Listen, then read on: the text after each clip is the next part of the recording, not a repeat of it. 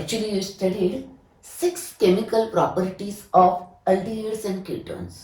In that, first one is laboratory test, then addition reaction, then addition elimination, then haloform reaction, aldol condensation, Cannizzaro reaction, then seventh one is oxidation. अजून आठवी तुम्ही study करणार आहे reduction आणि लास्टला ninth electrophilic substitution करणार आहे. बरोबर. आपण हे सगळं शिकलं, पण आता ह्या रिॲक्शन लक्षात कशा ठेवायच्या किंवा कॉम्पिटेटिव्ह एक्झाम आणि थेअरी एक्झामसाठी या रिॲक्शनचा अभ्यास कसा करायचा आहे. बरोबर. काय करायचं आहे बघा. फर्स्ट आपलं टेक्स्टबुक आपल्यासमोर ठेवायचं एका बाजूला. नेक्स्ट आपली नोटबुक, की जी नोटबुक आपण परीक्षेच्या वेळी वापरणार आहे. बरोबर. नोटबुक, टेक्स्टबुक आणि मग समोर तुम्ही व्हिडिओ बघा आधी एक एक एक एक एक एक केमिकल प्रॉपर्टीजचा. बरोबर. आता सायमल्टेनियसली एक केमिकल प्रॉपर्टी आपण व्हिडिओ बघत असतानाच सायमल्टेनियसली ती नोट डाऊन करायच्या.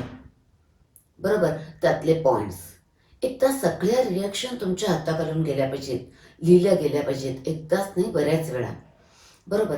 पण पहिल्यांदा तुम्ही त्या नोटबुकमध्ये एकदा लिहून काढा. आपण समजून घेतोय तो कन्सेप्ट तिथं. एकदा समजून घ्यायला थोडा वेळ द्या त्याला. बरोबर. आणि मग एकदा तो आपल्याला कन्सेप्ट समजला, ती रिॲक्शन समजली की मग आपण ट्रिक्स वापरायला सुरू करायच्या. बरोबर. म्हणजे आपण नोट डाऊन केलेल्या आहे वहीमध्ये. आता थेअरी एक्झामसाठी काय लक्षात ठेवायचं आहे त्यातलं आणि कॉम्पिटेटिव्ह एक्झामसाठी काय ट्रिक्स आहेत त्याला बॉक्स करा. बरोबर. आणि ही नोटबुक परत परत परत रिवाईज करायचंय. बरोबर.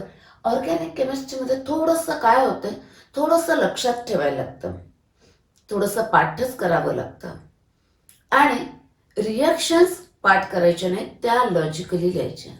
आधी काही पॉईंट्स थोडे लक्षात ठेवायला लागतात आणि रिॲक्शन लॉजिकली लिहायच्या. बरोबर. अशा पद्धतीनं तुम्ही ह्या 9 रिॲक्शन्स करायचे. Okay. Now let us see oxidation. Oxidation of aldehydes and then ketones. त्यातला बराचसा भाग तुमचा झालेला आहे. बघा. Oxidation of aldehyde first. That in case of aldehyde, this hydrogen atom is directly attached to this carbonyl carbon. म्हणजे याला एक हायड्रोजन ॲटम अटॅच असलेला आहे, त्यामुळं याचं पटकन ऑक्सिडेशन होतं. इथं आपण ओ ॲड करू शकतोय. बरोबर. इथं ओ येतोय आणि it converted into carboxylic acid. म्हणजे याचं अल्डिहाइडचं ऑक्सिडेशन इझी आहे. Therefore can be oxidized by using mild oxidizing agent like Tollens reagent, Fehling solution. तुम्ही स्टडी केलेलं आहे. Turn oxidation gives corresponding carboxylic acid. बरोबर.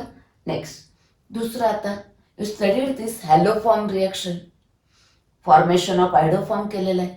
दिस reaction is only for acetaldehyde. फक्त एका अल्डिहाइडसाठी आहे, ॲसिटाल्डिहाइडसाठी. Here, this part converted into iodoform. माहिती आहे तुम्हाला हा मिथिल आपण स्टडी केलेला आहे. आणि remaining part converted into acid. म्हणजे जे तयार होणारे ऍसिड त्यात एक कार्बन ॲटम कमी असणार आहे कारण हा निघून जाणार आहे. Therefore here acetaldehyde is oxidise to this sodium salt of formate. बरोबर. नेक्स्ट आता दुसरा पार्ट बघा. अजून एक aldehyde on oxidation with oxidizing agents like dilute HNO3 or potassium permanganate or sodium dichromate or potassium dichromate in acidic medium. म्हणजे हा किंवा हा ॲसिडिक मीडियममध्ये घ्यायचा. यातला कुठलाही एक ऑक्सिडायझिंग एजंट वापरला then aldehyde oxidized to corresponding carboxylic acid. This acid contains same number of carbon atom as this. बरोबर. इथं कार्बन ॲटम सेम राहतात. Aldehydes oxidise to carboxylic acid. आता अल्डिहाइड वेगवेगळे एक्झाम्पल आहेत आपल्याकडे. Acetaldehyde gives acetic acid. Propanal propionaldehyde gives propanoic acid. Benzaldehyde gives benzoic acid. तुम्ही example लिहू शकताय. फक्त तिथं काय करायचंय, CHO group is converted into COOH group. बाकी जो काही R असेल, AR असेल तसाच इथं ठेवायचा आहे. बरोबर. This about the oxidation of aldehyde. You studied this and this, आणि हा आता मी तुम्हाला सांगितला. Now let us see oxidation of. एक पॉइंट लक्षात ठेवा, समजा इथं ॲसिटाल्डिहाइड घेतलं, इथं acetaldehyde gives acid with 2 carbon atoms. बरोबर, म्हणजे कार्बन ॲटम तेवढेच राहणार आहेत. पण इथं by using this iodoform haloform reaction इथं मात्र तुम्हाला सोडियम फॉर्मेट मिळणार आहे. बरोबर. In case of ketone, there is no hydrogen atom which is directly attached to this carbonyl carbon. बरोबर. सो डायरेक्ट अटॅच असलेला हायड्रोजन नाही आहे कीटोनमध्ये, therefore they are difficult to oxidize. बरोबर. Therefore, by using mild oxidizing agent like Tollens reagent or Fehling solution इथे oxidise होणार नाहीत, पण aldehyde होत आहेत. म्हणून तर त्या दोन्ही टेस्ट आपण अल्डिहाइड कीटोनचं डिस्टिंग्विश करायला वापरतोय. बरोबर. नेक्स्ट म्हणजे फेलिंग सोल्युशन आणि टॉलेन्स रिएजनने कीटोनचं ऑक्सिडेशन होणार नाही. Next you studied haloform reaction.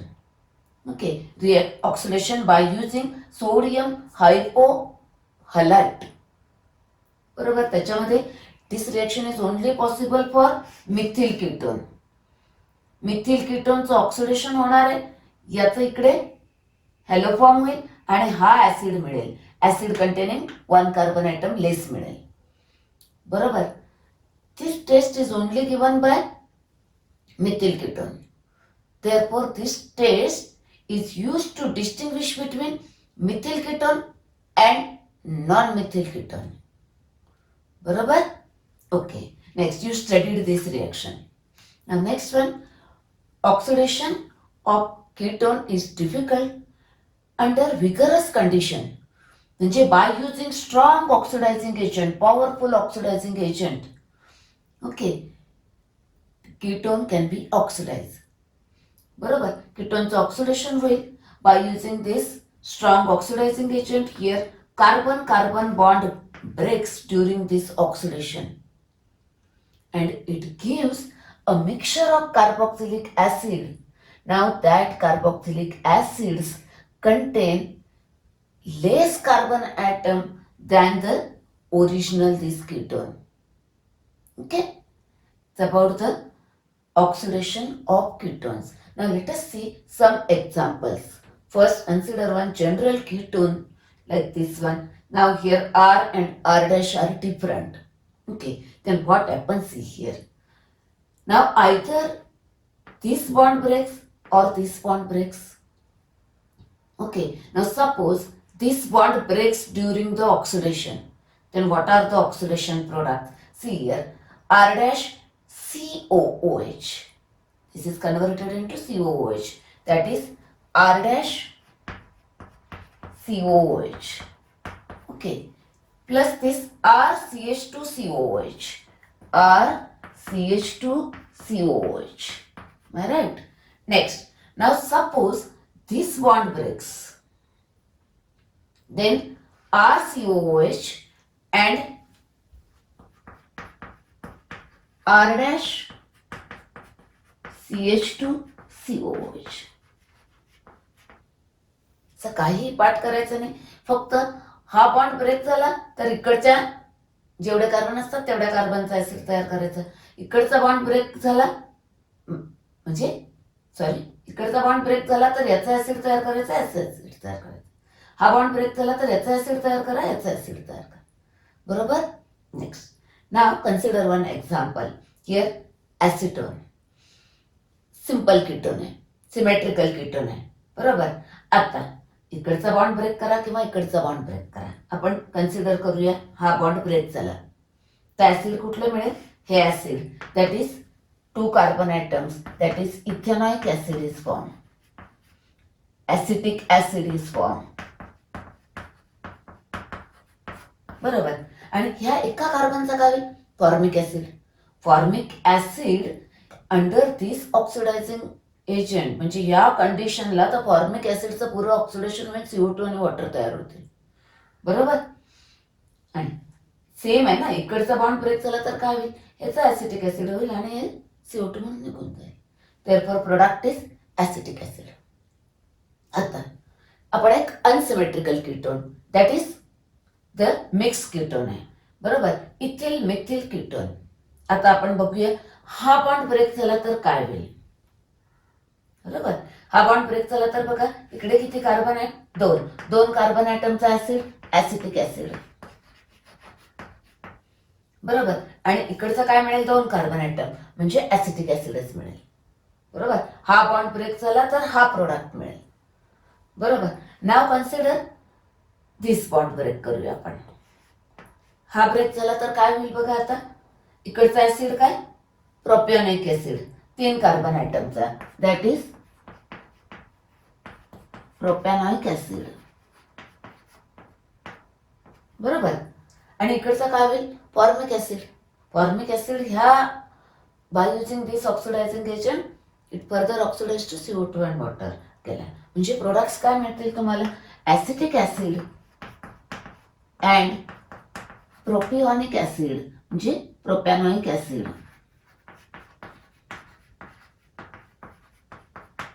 बरोबर, याचा IUPAC name ethanoic acid. Like this ketones undergo, actually when unsymmetrical ketone undergoes oxidation, okay, by strong oxidizing agent, then which is the major product, त्यातला major product कुठला मिळेल, it is predicted by given by Popoff's rule. Actually आपल्या सिलेबसमध्ये हा rule नाही आहे, त्यामुळे मी सांगितला नाही आहे. Just for additional information, when unsymmetrical ketones are oxidized, then during that this carbonyl group of the ketone stays preferentially with the smaller alkyl group. म्हणजे तो याच्या बरोबर असा राहणार आहे, म्हणजे हा बॉन्ड ब्रेक होणार आहे preferentially. Okay, and that is the major product. Okay, it's about the oxidation of aldehydes and ketones. Next chemical property of aldehydes and ketone is reduction of aldehydes and ketone. Actually, reduction product depends on the reducing agent. Let us see one by one. Reduction to alcohol. Okay, here aldehydes or ketones when reacts with the reducing agent like nickel and hydrogen, that is catalytic hydrogenation, or by using lithium aluminum hydride, aldehydes and ketones are reduced to alcohol.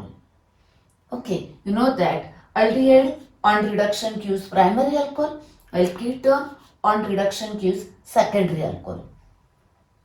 Now during this reduction what happens, here across this double bond, across this carbonyl group, hydrogen atoms are added. Here one H and here one H. इथे एक H add करायचा, इथे एक H add करायचा, म्हणजे हा एकच bond इथे ब्रेक होतोय. बरोबर, इथे एक H ऍड केला, इथे एक H ऍड केला. बरोबर, you know this, you studied this reaction in topic alcohol for the preparation of alcohol. बरोबर. Next, now reduction to hydrocarbon. Now see here, जर अल्डिहाइड और कीटोन, तर अल्डिहाइड असेल तर काय असणार आहे बघा, R is equal to alkyl group, and in case of aldehyde this R dash is H, किंवा फॉर्मल्डिहाइड असेल तर दोन्ही H असतील, and in case of ketone होतात अल्किल ग्रुप. बरोबर, मी जनरल लिहिले, तुम्हाला लक्षात येईल. ओके, नाव दिस अल्डिहाइड और ketone, now here remember these name reactions. Now here Clemmensen reduction. Clemmensen reduction म्हटलं की झिंक अमाल्गम इन कॉन्सन्ट्रेटेड HCl आणि हीट करायचं. बरोबर. अनदर ओल्फ-किर्शनर रिडक्शन, हे म्हटलं की लक्षात ठेवायचं hydrogen KOH, that is potassium hydroxide, and ethylene glycol आणि हीट. फरक काय बघा दोघांच्या मध्ये, इथं ऍसिडिक मिडियम आहे. बरोबर, आणि इथं बेसिक मिडियम आहे. बरोबर. नेक्स्ट, आता दोन्ही रिडक्शनचा रोल सेम आहे. Here what happen, see here during this reduction हे दोन्ही बॉन्ड ब्रेक करायचे. बरोबर, दोन बॉन्ड ब्रेक केले म्हणून याला 2H द्या आणि याला 2H. बरोबर, म्हणजे हा H2 होईल आणि COचं इथं काय होईल, CH2.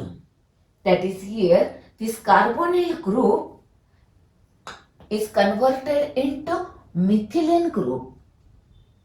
बरोबर, इथे आपण हा पूर्ण ऑक्सिजन रिमूव्ह करतोय. डिऑक्सिजनेशन, रिमूव्ह द ऑक्सिजन. बरोबर, इथे दोन्ही बॉन्ड ब्रेक करतो. इकडे 2H द्या, इकडे 2H द्या. इथे एकच बॉन्ड ब्रेक करतो, इकडे एक H, इकडे एक H. बरोबर, इकडे दोन बॉन्ड ब्रेक केल्यामुळं याला 2H आणि याला 2H. बरोबर, ओके. ना आता लक्षात ठेवण्यासाठी ट्रिक बघा. आता कुठलाही तुम्हाला अल्डिहाइड आणि कीटोन दिला, मे बी ॲलिपेटिक और अरोमॅटिक, कुठलाही दिला. For example acetaldehyde. Acetaldehyde gives ethane, 2 carbon atoms. Corresponding aliphatic असेल तर करस्पॉन्डिंग अल्केन मिळणार आहे. Okay, acetaldehyde gives ethane. Propionaldehyde that is propanal gives propane. बरोबर, आता acetone gives propane. Next acetophenone. Acetophenone methyl phenyl ketone gives ethyl benzene. फक्त एकच trick लक्षात ठेवायचं, तर जो काही CO ग्रुप असेल त्याचा CH2 करायचा, तो O रिमूव्ह करायचा आणि त्या कार्बनला तिथं 2H अटॅच करायचे. बस एवढंच लक्षात ठेवायचं. आता थेअरी एक्झामसाठी आपण थोडी एक्झाम्पल बघूया.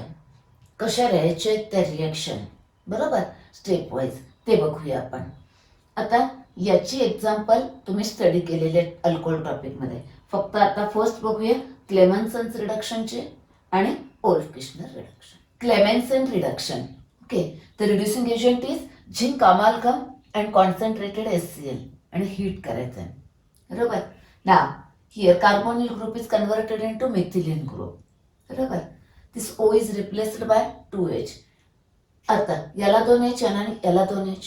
बरोबर, म्हणजे 4H लागणार आहेत. That is given by this reducing agent. This 4 nascent hydrogen atoms are required. Okay, आता बघा व्हेरी सिम्पल. आओ काढायचा आणि तिथे 2H जॉईन करायचे. That is acetaldehyde gives ethane. Corresponding alkane is form. Propanal gives propane. बरोबर, थेअरी एक्झाममध्ये reaction लिहून झाली की त्याच्या खाली त्याची नावं पण लिहा. बरोबर, next acetone. Acetone gives propane. 3 carbon ॲटमचं कीटोन, देअरफॉर गिव्स 3 कार्बन ॲटमचं alkane. Next acetophenone, methyl phenyl ketone. इथं फक्त 2H जॉईन करायचे म्हणजे काय तयार होईल, इथाइल बेन्झीन. Very simple. आता इथे 2H जॉईन करायचे आणि याला 2H म्हणजे इथं H2O लिहायचं राहिलं. इथं सायक्लोपेंटेन प्लस H2. लक्षात ठेवायचं हायड्रोकार्बन मिळणार आहे. कार्बन आणि हायड्रोजन असणार आहे फक्त. ऑक्सिजन रिमूव्ह करतोय आपण, डिऑक्सिजनेशन. बरोबर, okay. Now let us see Clemmensen's reduction. आता क्लेमेन्सन्स रिडक्शन मध्ये हे रिएक्टंट वापरले, प्रोडक्ट हेच मिळणार आहे. बरोबर, रोल सेम आहे, फक्त 2 स्टेपमध्ये करायचं. थेअरी एक्झामला त्या कशा रिएक्शन लिहायच्या तेवढा पाठ बघूया आपण. Next Wolff Kishner reduction. ओके, आता कॉम्पिटेटिव्ह एक्झामला तुम्ही पटकन आन्सर लिहू शकताय ह्या रिडक्शनचा. बरोबर, but for theory exam now carry out this reduction in 2 step. First स्टेपमध्ये हायड्रोजन आणि second step ethylene glycol and KOH. Okay, see here. First aldehyde और कीटोन, तो carbonyl group reacts with hydrogen. You studied this reaction. यातला O आणि हा H2 removed as water. Hydrogen gives hydrogen. In the next step बघा, दिस N2 is removed आणि हे H2 इथं join करायचे, गिव्स मिथिलीन ग्रुप. ओके, आता हे एकदा दोन्ही स्टेप समजले. Now apply this steps for any aldehyde और कीटोन. बरोबर, आता एक्झाम्पल घेऊ आपण ना. acetaldehyde. Now acetaldehyde gives ethane. First step, remove this water, and second step, H2 remove this N2. बरोबर. म्हणजे पहिल्या स्टेपमध्ये वॉटर रिमूव्ह करायचा, सेकंड स्टेपमध्ये N2 रिमूव्ह करायचा. Next, now methyl phenyl ketone. Okay, now methyl phenyl ketone, in that remove this H2O first, gives corresponding hydrogen, and then remove this N2, that is here हा N2 गेला की ते H2 gives ethyl benzene. Now suppose ethyl phenyl ketone is used, म्हणजे ethyl phenyl ketone, तर काय होणार आहे, ethyl phenyl hydrazone. बरोबर. नेक्स्ट, तर काय होईल, N-propyl benzene is formed. Here it gives N-propyl benzene. Now actually this Wolff-Kishner reduction is useful to synthesize such a straight chain alkyl substituted benzene. Actually preparation of such a straight chain alkyl substituted benzene is not possible by Friedel-Crafts alkylation reaction. आपण Friedel-Crafts alkylation करतो ना, suppose benzene आणि N propyl chloride घेतला तर काय होतं, तिकडे rearrangement होते. Straight chain alkyl substituted benzene तिकडे नाही तयार होणार. Therefore these are prepared, these are synthesized by using Wolff-Kishner reduction. Okay, it's about the reduction of aldehydes. And one question from the exercise: what is the action of hydrazine on cyclopentanone in the presence of ethylene glycol and KOH? Okay, you know that first this O and this H2 removed as a water, and then remove this N2 gives corresponding hydrocarbon. Cyclopentanone gives cyclopentane. Theory एक्झामच्या वेळी तर त्यांची नावं लिहा. Next, one more point, see here. Suppose the question is asked like this: cyclopentanone reacts with hydrazine. एवढाच part येणार आहे. In presence of this, then continue the next step. Now last one, electrophilic substitution reactions. These reactions are only possible for aromatic aldehydes and ketones. Okay, now you know that this carbonyl group in that electron withdrawing inductive effect.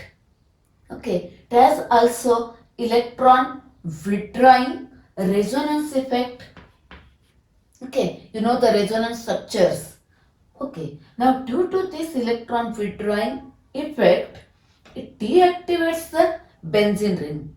Therefore, reactivity of aromatic aldehyde or ketones are slower than that of the benzene. Okay, now you know the resonance structures. In that resonance structure, ortho and para places are electron deficient. म्हणजे resonance structure बघितलं तर त्यात लक्षात येईल. Therefore, the electrophilic substitution, that is attack of electrophile, takes place at a meta place. Therefore, these aromatic aldehydes and ketones are meta-directing. These groups are meta-directing. Therefore, electrophilic substitution like nitration, sulfonation, halogenation takes place at a meta place. Okay, there. Now consider one example: nitration. Nitration of benzaldehyde. Now meta, this hydrogen and this OH removed as a water, and this nitro group here. Okay, that is electrophilic substitution takes place at meta place, gives meta-nitrobenzaldehyde. Okay, so nitrating mixture, concentrated HNO3 and concentrated H2SO4. Okay, it's about the electrophilic substitution reaction. Okay.